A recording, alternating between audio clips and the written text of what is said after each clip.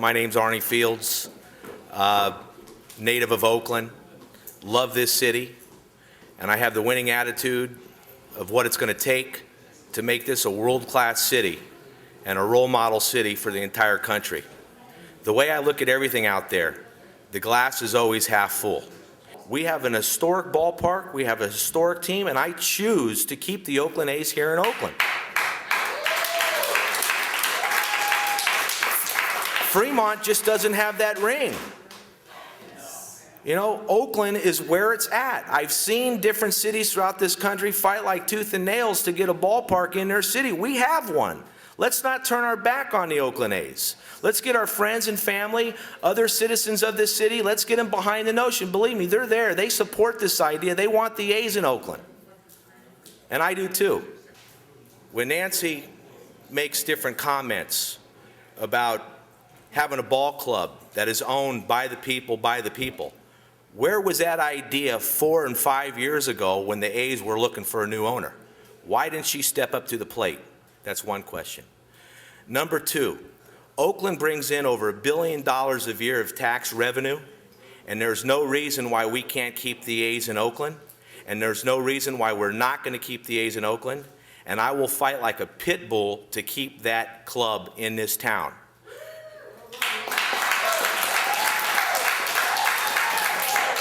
Thank you. I've seen other cities around this great US of A fight like dogs to get a major league ball club in their town, and it pisses me off to no end to see these arrogant council folks just sit around and talk like, hey, big deal, we lost them, you know, dollars and cents. The people got to rise up, the people need to stand up and demand that their ball club stays in this great city.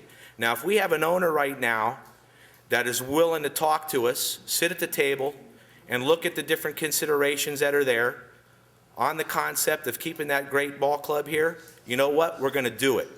There's a big problem with this city, I'll tell you right now. This city literally thinks money grows on trees. They mismanage, they misspend our money like it literally grows on trees. Let me use the Raider as an example, Mount Davis. We had the most awesome ballpark in the entire league. We really did. We really did. Thank you. Well, we hurt that ballpark, but I'll tell you what, we could recover. It cost the city taxpayers about $110 million to build Mount Davis. It's currently costing us $10 to $11 million in debt service just for that buffoon move. Now, I'm telling you, I want your vote.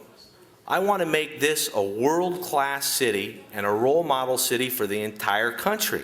One thing I learned being in business for 20 years, it's not about having zillions of dollars, it's about doing with what you got and making what you got work. You get the imagination involved, and it'll take you light years beyond what a dollar can ever do for you. And that's where it's going to take everybody to get behind this idea.